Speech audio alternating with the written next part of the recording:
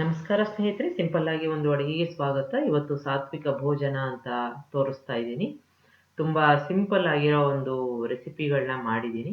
ರುಚಿಯಾಗಿರುತ್ತೆ ಮತ್ತು ಜೀರ್ಣಶಕ್ತಿಗೂ ತುಂಬ ಒಳ್ಳೆಯದು, ಹಿತವಾಗಿ ಇರುತ್ತೆ. ಹೇಗೆ ಮಾಡೋದು ಅಂತ ನೋಡೋಣ. ಮೊದಲನೇದಾಗಿ ನಾನು ಒಂದು ತವ್ವೆ ಮಾಡ್ತಾ ಇದ್ದೀನಿ. ಅದಕ್ಕೆ ಹೀರೆಕಾಯಿ ಮತ್ತು ಸೌತೆಕಾಯಿ ಎರಡನ್ನೂ ಬಳಸಿದ್ದೀನಿ. ಒಂದು ಬಾಣಲೆಗೆ 2ರಿಂದ 3 ಸ್ಪೂನ್ನಷ್ಟು ಎಣ್ಣೆ ಹಾಕ್ಕೊಂಡು, ಒಂದು 1/4 ಸ್ಪೂನ್ನಷ್ಟು ಸಾಸಿವೆ ಹಾಕ್ಕೊಂಡಿದ್ದೀನಿ. ಅರ್ಧ ಸ್ಪೂನು ಕಡಲೆಬೇಳೆ, ಉದ್ದಿನಬೇಳೆ ನಾರ್ಮಲ್ ಆಗಿ ಒಗ್ಗರಣೆ ಮಾಡ್ಕೋತೀವಲ್ಲ ಆ ರೀತಿ ಮಾಡಿಕೊಂಡು, ಇದಕ್ಕೆ ಒಂದು 2 ಅಥವಾ 3 ಹಸಿಮೆಣಸಿನ್ಕಾಯಿನ ಈ ಥರ ಉದ್ದಕ್ಕೆ ಸೀಳಿರೋ ಅಂಥದ್ದು ಕರಿಬೇವಿನ ಎಲೆ ಹಾಕ್ಕೊಂಡು ಬಾಡಿಸ್ಕೊತಾ ಇದ್ದೀನಿ. ಸ್ವಲ್ಪ ಹಿಂಗನ್ನು ಕೂಡ ಹಾಕ್ಕೊಂಡಿದ್ದೀನಿ. ಇದಾದ ನಂತರ ಒಂದು ಸ್ವಲ್ಪ ಅರಿಶಿನ ಎಣ್ಣೆಗೆ ಹಾಕ್ಕೋತಾ ಇದ್ದೀನಿ, ಒಳ್ಳೆ ಕಲರ್ ಬರುತ್ತೆ ಅಂತ.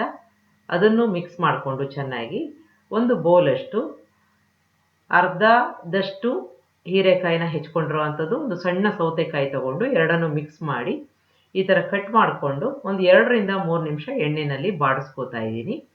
ಈ ಥರ ಬಾಡಿಸ್ಕೊಳ್ಳೋದ್ರಿಂದ ಆ ಹೋಳುಗಳು ಅದೇ ರೀತಿ ಇರುತ್ತೆ. ಹಾಗಾಗಿ ಈ ಥರ ಬಾಡಿಸ್ಕೊಂಡು ಒಂದು 1/4 ಕಪ್ಗಿನ್ನ ಸ್ವಲ್ಪ ಜಾಸ್ತಿ ನೀರು ಹಾಕ್ಕೊಂಡು ಬೇಯಕ್ಕೆ ಬಿಡಬೇಕು.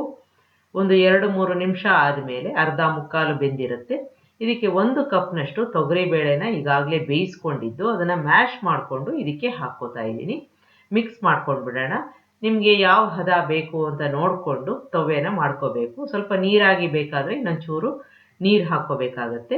ಈಗ ಇದಕ್ಕೆ ಒಂದು 2ರಿಂದ 3 ಸ್ಪೂನ್ನಷ್ಟು ಕಾಯಿ ತುರಿ, ರುಚಿಗೆ ತಕ್ಕಷ್ಟು ಉಪ್ಪು ಹಾಕ್ಕೊಂಡು ಸ್ವಲ್ಪ ಕೊತ್ತಂಬರಿ ಸೊಪ್ಪು ಹಾಕ್ಕೋತಾ ಇದ್ದೀನಿ. ಎಲ್ಲವನ್ನೂ ಚೆನ್ನಾಗಿ ಮಿಕ್ಸ್ ಮಾಡಿಕೊಂಡು ಒಂದು 3ರಿಂದ 4 ನಿಮಿಷ ಇದನ್ನು ಕುದಿಸ್ಕೋಬೇಕು ಸಣ್ಣ ಊರಿನಲ್ಲಿ.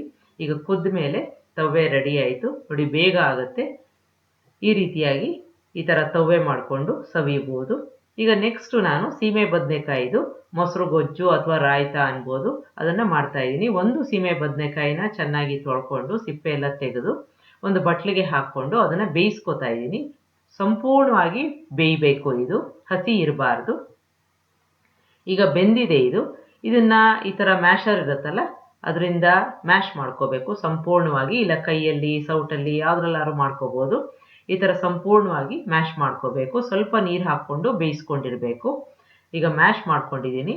ಇದಕ್ಕೆ 1 ಕಪ್ನಷ್ಟು ಮೊಸರನ್ನ ಹಾಕ್ಕೋತಾ ಇದ್ದೀನಿ. ಮಿಕ್ಸ್ ಮಾಡ್ಕೊಳ್ಳೋಣ. ಹುಳಿ ಇಲ್ಲದೇ ಇರೋ ಮೊಸರನ್ನ, ಸ್ವಲ್ಪ ಗಟ್ಟಿಯಾಗಿರೋದನ್ನು ಹಾಕ್ಕೋಬೇಕು. ಎರಡನ್ನೂ ಮಿಕ್ಸ್ ಮಾಡ್ಕೋತಾ ಇದ್ದೀನಿ. ಈಗ ಮಿಕ್ಸ್ ಮಾಡ್ಕೊಂಡಿದ್ದಾದಮೇಲೆ ಮಿಕ್ಕ ಪದಾರ್ಥ ಸೇರಿಸ್ಕೊಳ್ಳೋಣ. ಒಂದು ಒಗ್ಗರಣೆ ಮಾಡ್ಕೋತಾ ಇದ್ದೀನಿ. 2ರಿಂದ 3 ಸ್ಪೂನ್ನಷ್ಟು ಎಣ್ಣೆ ಹಾಕ್ಕೊಂಡು, ಎಣ್ಣೆ ಕಾದ ನಂತರ ಸ್ವಲ್ಪ ಸಾಸಿವೆ, ಕಡಲೆಬೇಳೆ ಮತ್ತು ಉದ್ದಿನಬೇಳೆ ಸ್ವಲ್ಪ ಹಾಕ್ಕೋಬೇಕು. ಈಗ ಚೆನ್ನಾಗಿ ಚಟಪಟ ಅನ್ನಲಿ ಸಾಸಿವೆ. ಈಗ ಕಡಲೆಬೇಳೆ ಉದ್ದಿನಬೇಳೆನೂ ಹಾಕ್ಕೊಂಡಿದ್ದೀನಿ. ಇದಾದ ನಂತರ ಚೆನ್ನಾಗಿ ಕಲರ್ ಬಂದ ಮೇಲೆ ಇದಕ್ಕೆ ನೀವು ಹಸಿಮೆಣಸಿನ್ಕಾಯಿ ಉದ್ದಕ್ಕೆ ಸೀಳಿರೋ ಅಂಥದ್ದು ಹಾಕ್ಕೋಬೇಕು. ಕರಿಬೇವಿನ ಸೊಪ್ಪು ಹಾಕ್ಕೋಬೇಕು. ಈಗ ಕರಿಬೇವಿನ ಸೊಪ್ಪು ಹಾಕ್ಕೊಂಡಿದ್ದೀನಿ, ಮೆಣಸಿನ್ಕಾಯಿ ಕೂಡ ಹಾಕ್ಕೊಂಡಿದ್ದೀನಿ. ಕೊನೆಯಲ್ಲಿ ಸ್ವಲ್ಪ ಹಿಂಗೆ ಹಾಕ್ಕೊಂಡು ಒಗ್ಗರಣೆ ಮಾಡ್ಕೋಬೇಕು.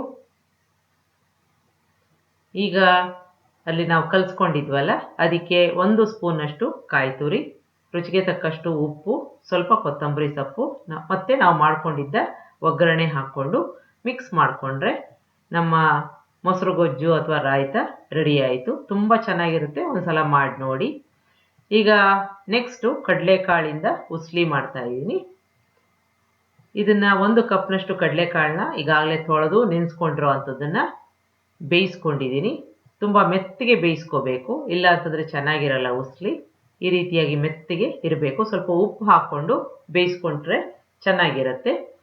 ಈಗ ಒಂದು ಮಿಕ್ಸಿ ಜಾರ್ಗೆ 2 ಹಸಿಮೆಣಸಿನ್ಕಾಯಿ, 1 ಸ್ಪೂನ್ನಷ್ಟು ಜೀರಿಗೆ, ಒಂದು 1/4 ಕಪ್ನಷ್ಟು ಅಥವಾ ಅರ್ಧ ಕಪ್ನಷ್ಟು ಕಾಯಿ ತುರಿ, ಸ್ವಲ್ಪ ಬೆಲ್ಲ ಹಾಕ್ಕೊಂಡು ನೀರು ಹಾಕದೇನೆ ರುಬ್ಕೋಬೇಕು. ಪುಡಿಯಾಗಿ ಇರಬೇಕದು. ಈಗ ರುಬ್ಕೊಂಡಿದ್ದಾಗಿದೆ. ಬಾಣಲೆಗೆ 2 ಸ್ಪೂನಷ್ಟು ಎಣ್ಣೆ ಹಾಕ್ಕೊಂಡಿದ್ದೀನಿ. ಸಾಸಿವೆ ಹಾಕ್ಕೋತಾ ಇದ್ದೀನಿ. ಉದ್ದಿನಬೇಳೆ ಅರ್ಧ ಸ್ಪೂನಷ್ಟು ಹಾಕ್ಕೋಬೇಕು, ಕಡಲೆಬೇಳೆ ಬೇಡ. ಈಗ ಚೆನ್ನಾಗಿ ಬಾಡಿಸ್ಕೊಳ್ಳೋಣ. ಇದಾದ ನಂತರ ಮಿಕ್ಕ ಪದಾರ್ಥಗಳನ್ನ ಸೇರಿಸ್ಕೋತಾ ಹೋಗೋದು. ಸ್ವಲ್ಪ ಹಿಂಗೆ ಹಾಕ್ಕೋತಾ ಇದ್ದೀನಿ. ಕರಿಬೇವಿನ ಎಲೆ ಒಂದು 5 ಆದರೆ ಸಾಕು. 1 ಅಥವಾ 2 ಚೂರು ಒಣಮೆಣಸಿನ್ಕಾಯಿ. ಈಗ ಬಾಡಿಸ್ಕೊಂಡಿದ್ದಾಗಿದೆ. ಈಗ ಇದಕ್ಕೆ ಒಂದು ಚಿಟಿಕೆಯಷ್ಟು ಅರಿಶಿನ ಹಾಕೋತಾ ಇದ್ದೀನಿ. ನೈವೇದ್ಯಕ್ಕೆ ಅಕಸ್ಮಾತ್ ಆಗಿ ಇಡೋದಾಗಿದ್ದರೆ ಸ್ವಲ್ಪ ಅರಿಶಿನ ಹಾಕ್ಕೊಂಡು ಇಡೋದು ಪದ್ಧತಿ, ಹಾಗಾಗಿ ಇದಕ್ಕೆ ಹಾಕ್ಕೊಂಡಿದ್ದೀನಿ. ಇದಾದ ನಂತರ ನೀರನ್ನು ತೆಗೆದು ಬರೀ ಕಡಲೆಕಾಳನ್ನ ಹಾಕ್ಕೋತಾ ಇದ್ದೀನಿ. ಆ ನೀರನ್ನು ನೀವು ಬೇಕಾದರೆ ಬೇರೆ ಯಾವುದಕ್ಕಾದರೂ ಉಪಯೋಗಿಸ್ಕೋಬೋದು. ಈಗ ಎಣ್ಣೆಯಲ್ಲಿ ಒಂದು 2 ರಿಂದ 3 ನಿಮಿಷ ಅದನ್ನು ಬಾಡಿಸ್ಕೋತಾ ಇದ್ದೀನಿ. ಇದಾದ ನಂತರ ನಾವು ಗ್ರೈಂಡ್ ಮಾಡ್ಕೊಂಡಿದ್ವಲ್ಲ ಅದನ್ನು ಹಾಕ್ಕೊಂಡು ಮಿಕ್ಸ್ ಮಾಡ್ಕೋಬೇಕು. ಒಂದು 2 ನಿಮಿಷ ಈ ಥರ ಬಾಡಿಸ್ಕೋಬೇಕು. ಈಗ ಬಾಡಿಸ್ಕೊಂಡಿದ್ದಾಗಿದೆ. ಇದಕ್ಕೆ ರುಚಿಗೆ ತಕ್ಕಷ್ಟು ಉಪ್ಪು ಹಾಕ್ಕೋಬೇಕಾಗತ್ತೆ. ಈಗಾಗಲೇ ಬೇಯಿಸ್ಬೇಕಾದ್ರೆ ಉಪ್ಪು ಹಾಕ್ಕೊಂಡಿದ್ವಿ, ಹಾಗಾಗಿ ನೋಡಿಕೊಂಡು ಉಪ್ಪು ಹಾಕ್ಕೋಬೇಕು. ಮಿಕ್ಸ್ ಮಾಡ್ಕೊಳ್ಳೋಣ. ಈಗ ಉಪ್ಪು ಎಲ್ಲ ಕಡೆ ಹರಡಬೇಕು.